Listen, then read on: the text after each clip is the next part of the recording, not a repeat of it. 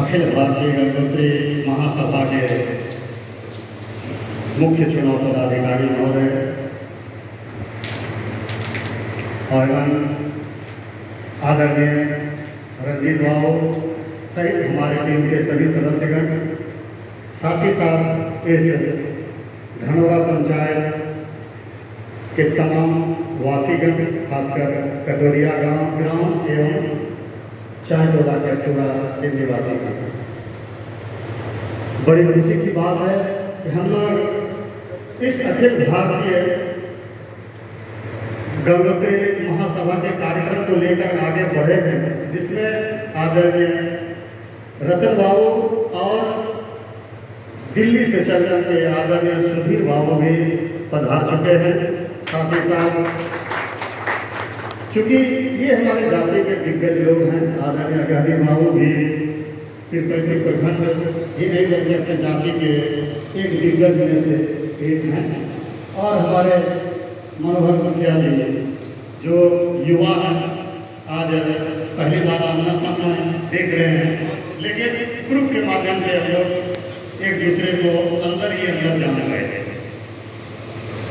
तो महोदय, यह कटोरिया ग्राम, जिसे संत नगर कटोरिया कहा जाता है, यह एक ऐसा गांव जहां पर धार्मिक सभ्यता संस्कृति, जहां का आंतरिक संगठन हमारे क्षेत्र में, चूंकि हम बगल पड़ोसी पंचायत के निवासी हैं, इसलिए इनको बखूबी जानते हैं और यहाँ के संगठन से मैं कायम रहा हूँ। और हमारे जितने भी जनप्रतिनिधिगण हैं, पूर्व मुखिया जी, पूर्व सरपंच महोदय, वर्तमान मुखिया जी और एक पंचायत के तमाम सदस्यगण इस समाज के लिए काफी बेहतर कर रहे हैं। अब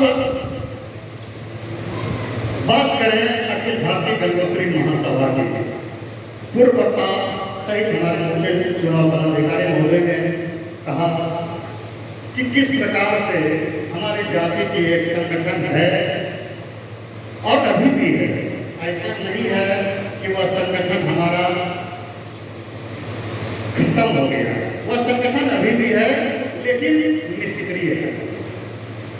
तो अब इस संगठन को हमें पुनर्गठित करना है, क्योंकि 2003 ईस्वी के बाद से हमारा संगठन सही तरीके से काम नहीं कर रहा, क्योंकि आपने यह भी सुना कि किस प्रकार से वहाँ गतिरोध उत्पन्न हुआ और विधिवत रूप से जिन्हें अध्यक्ष बनाया जाना चाहिए था, उनको नहीं बनाया गया और स्थानीय स्तर पर किसी खास लक्ष्य विशेष को ध्यान में रख करके वहाँ पर जनता का एक जमावड़ा खड़ा करके जबरन अध्यक्ष महोदय बन गए और साथ ही साथ सारी कमेटी भी बन गई। और उसी मतभेद का असर है कि आज तक वह संगठन निष्क्रिय पड़ा रहा और उस संगठन में जितने भी पदाधिकारी गण हैं, सारे के सारे लोग वयोवृद्ध हो चुके हैं। एक आध को छोड़ करके कुछ कार्यकारिणी सदस्य हैं जिसमें अभी भी जान है और उनका सानिध्य हमारी टीम को है। अब है कि कुछ बातें ऐसी आती हैं कि गंगोता और गंगोत्री, अखिल भारतीय गंगोत्री महासभा, आप देखेंगे कि सरकारी स्तर से हमारी जाति का नाम गंगोता है, लेकिन यहाँ पर गंगोत्री शब्द का उल्लेख हो रहा है। चूंकि यह संगठन हमारा इसी नाम से निबंधित है, इसलिए इस शब्द का प्रयोग हो रहा है। दूसरी बात, हम लोग स्वाभाविक है कि हम लोग गंगोत्री जाति, आपके खतियान जो पुराने खतियान हैं, आप जो जाति प्रमाण पत्र बनवाते होंगे उसमें गंगोत्री ही लिखा हुआ है, लेकिन हाल के वर्षों में मैं समझता हूँ कि 10, 20, 25 साल से यह हो रहा है कि गंगोता केवल में लिखवा रहे हैं, तो यह नाम प्रचलन में आ गया है। लेकिन मेरे ख्याल से हमें इस बात को बहुत ज़्यादा मैटर नहीं करना चाहिए। अब आइए कि संगठन, कि यह संगठन करने की आवश्यकता क्यों पड़ी।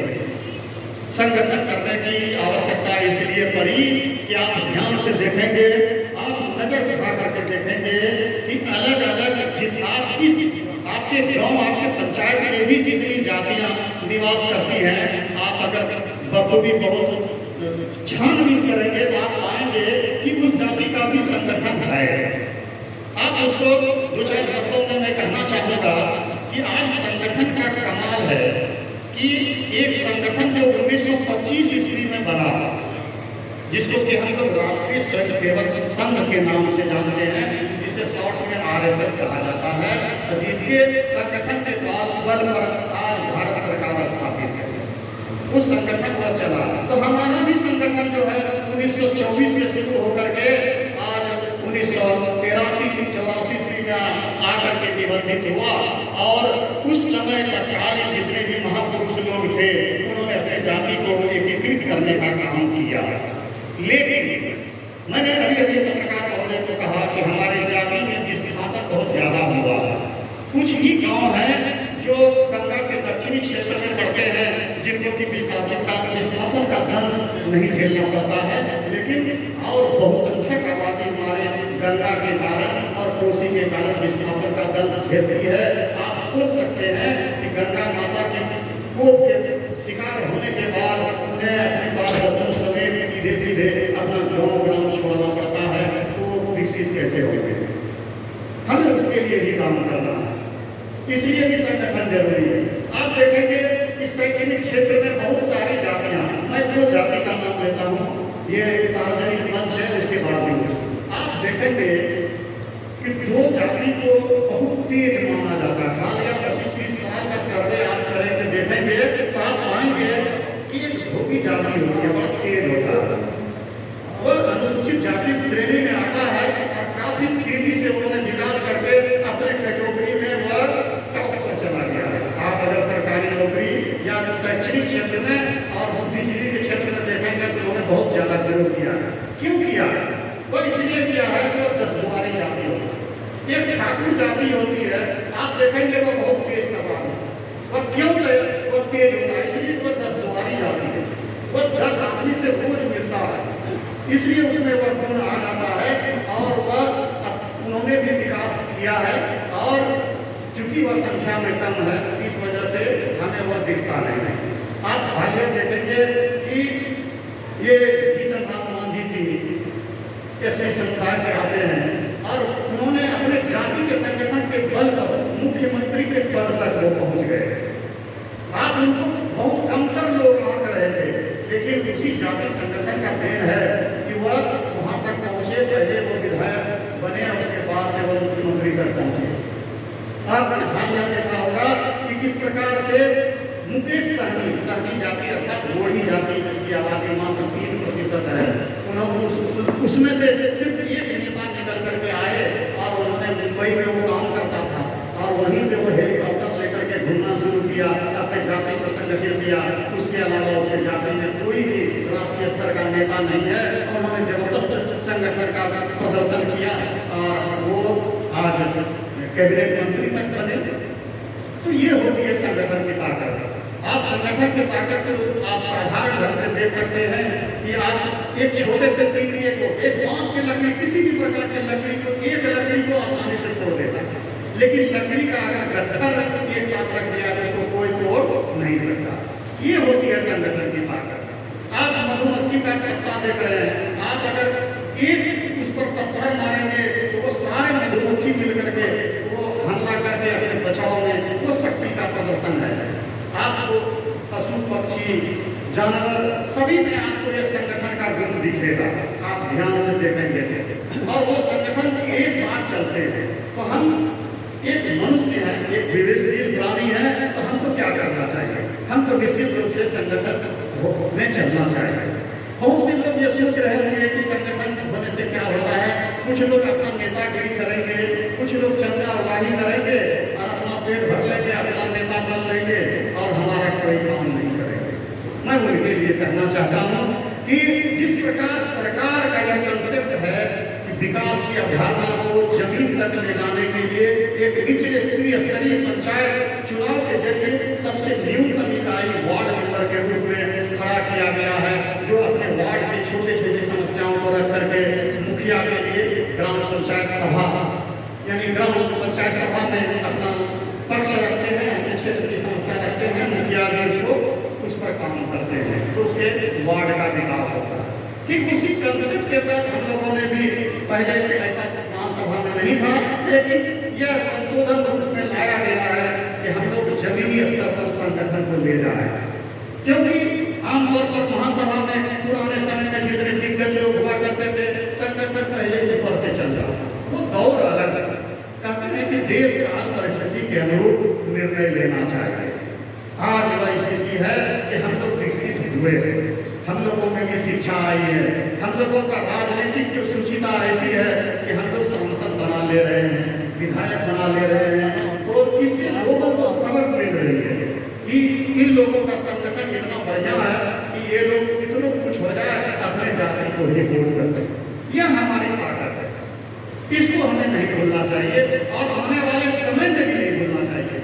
हम कहते हैं कि झगड़ा या लड़ाई काम या काम का नहीं होना यह समाज का ये अंग है, यह हर एक समाज में होता है। आप देखेंगे कि भाई भाई में लड़ाई होती है संपत्ति के कारण, तो ये अलग विषय है, यह जब तक मानव जीवन है यह चलता रहेगा। लेकिन वहीं पर जो समाज, जैसे मैंने कटोरिया की बात की, कटोरिया का आंतरिक पंचायत का संगठन इतना बढ़िया है कि यहाँ छोटी छोटी समस्या होती है तो ग्रामीण पंच इसको आसानी से हल करते हैं और मामले को थाना या कचहरी तक नहीं जाने देते।